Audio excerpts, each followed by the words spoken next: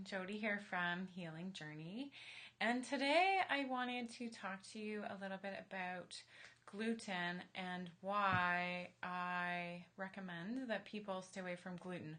I think there can be a lot of confusion about gluten. There can be a lot of skeptics. It seems like it's the new bandwagon to get on. It's the cool, trendy thing to do. I've heard a lot of criticism about that. So I wanted to spend some time educating you about what gluten is, why it's recommended that people stay away from gluten, especially if you're having GI issues, and then other issues related to gluten. So first, wanted to talk a little bit about what gluten is. So gluten is one of 5 classes of proteins that are inside of grains. So gluten is made up of 2 main parts, prolamines and glutenins. So each different grain has a different kind of prolamine. So for example, in wheat, the prolamine is a gliadin. So this prolamine gliadin makes up about 69% of the gluten molecule. In barley, it's called hordein. In grain, it's called zein, Z-E-I-N. And then each prolamine is divided into alpha, beta, gamma, omega, etc., etc. So essentially, there are thousands of different kinds of gluten.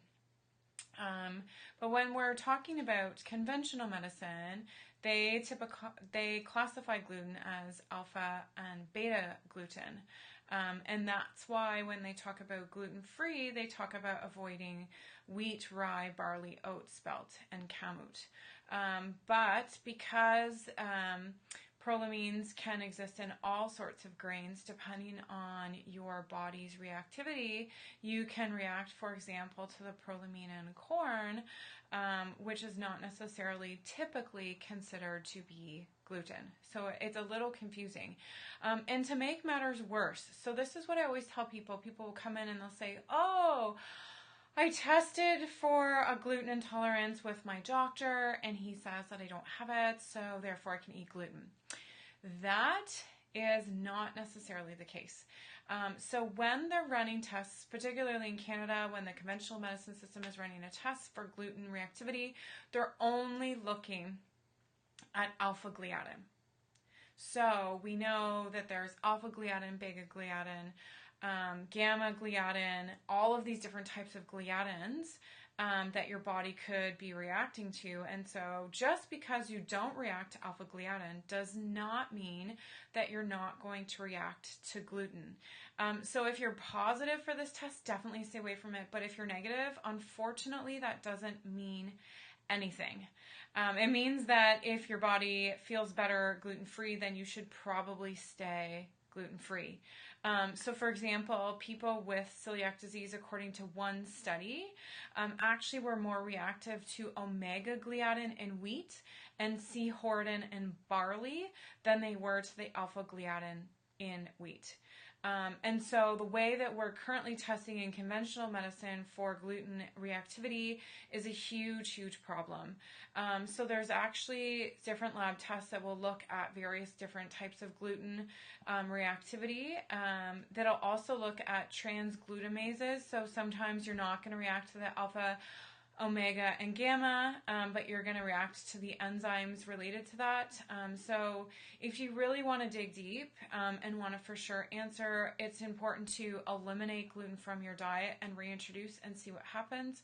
It's also important to run different tests outside of the conventional medicine tests to get a better idea of whether you're reactive to different types of gluten.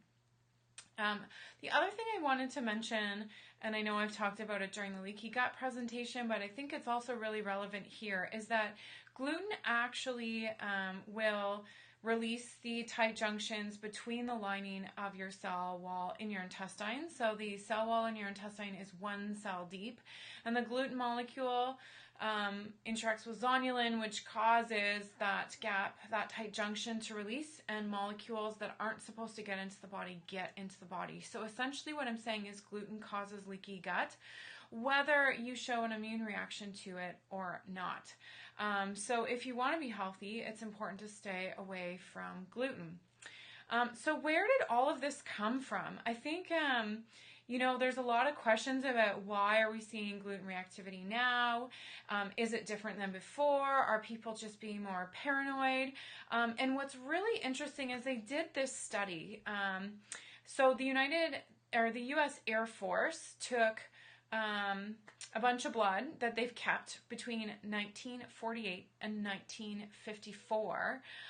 And what they actually did is they compared it to blood from around this era, so from 2009. And they found that celiac disease rates have increased five-fold, so 5 times in the last 50 years. So something is going on with gluten that's causing it to be reactive to people. So one theory is that glyphosate is being sprayed on wheat when they're harvesting it to make it more easily harvestable, and the glyphosate is causing this reactivity to gluten.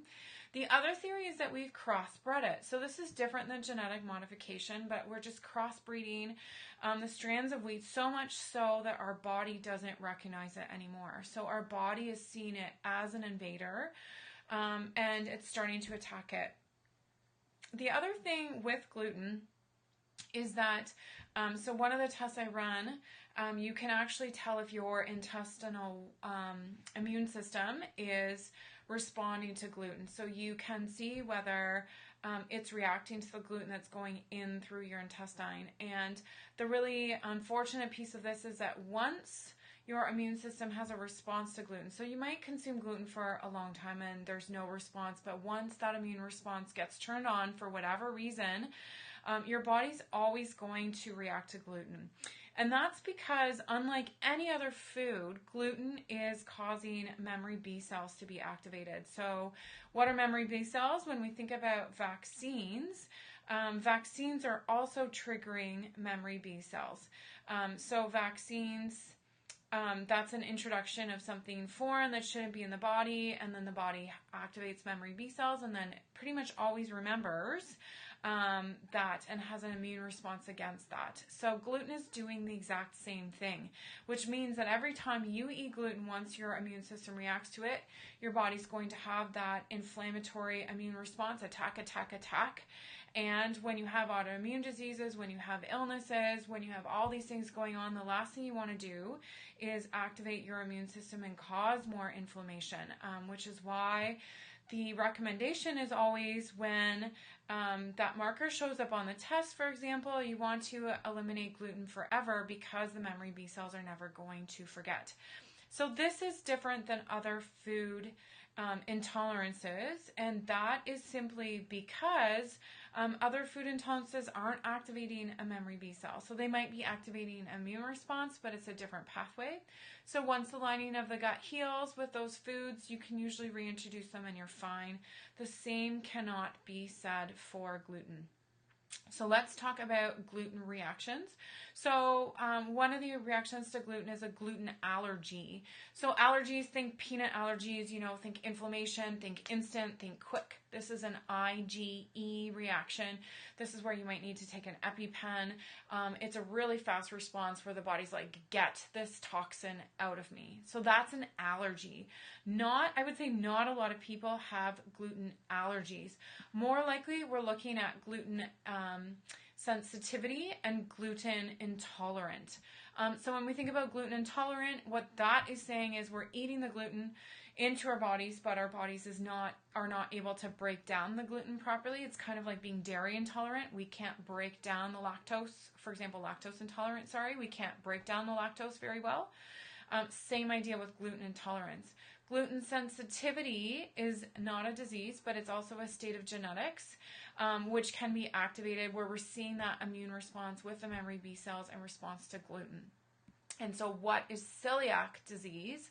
So celiac disease is a type of gluten sensitivity, and what happens is we're seeing atrophy of the microvilli. Those are the finger-like structures on the tips of the cells in your lining of your intestine that help with absorption of molecules and release of proper digestive enzymes. So the way to truly diagnose celiac is actually by doing some blood work according to conventional medicine, and also looking into your stomach to see what's going on. So another misconception is that a lot of people will be like, well, I don't have celiac. The doctor's saying that it's fine. But there's something that's becoming increasingly popular, that's silent celiac. So basically what that means is that your body's responding to gluten. It might not be showing up in the lining of your gut. So your gut lining may not be completely destroyed like it would be in celiac, but you might start to see other symptoms. So other common symptoms are thyroid. So a large portion of people, when they eliminate gluten, their thyroid levels will return to normal.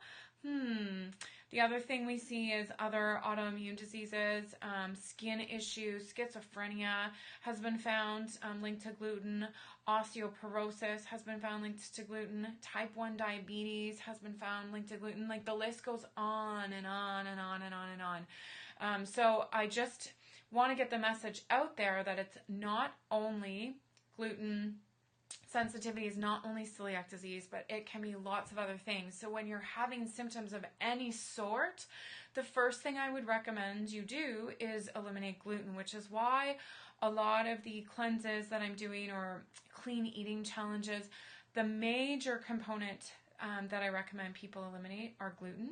And then the next thing that I would want to look at is, are you reacting to things that are similar to gluten? So this is where the concept of cross-reactivity comes in. So essentially, you might eat something that's not got gluten in it, but your body gets confused. It looks similar to gluten. Maybe your immune system's hyperreactive.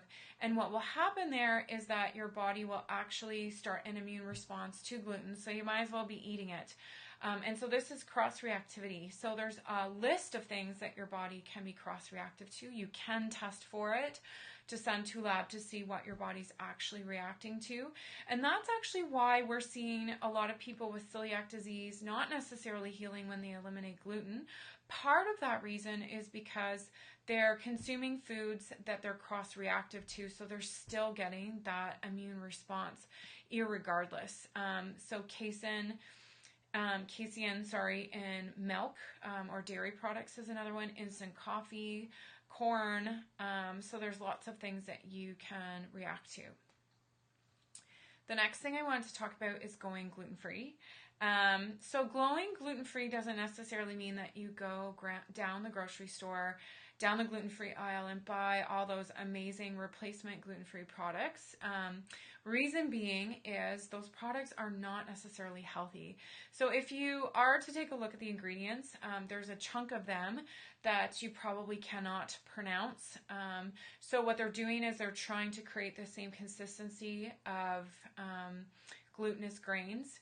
And the problem is that gooey structure of gluten can be hard to be recreated without adding in lots of fillers that are not at all healthy for you.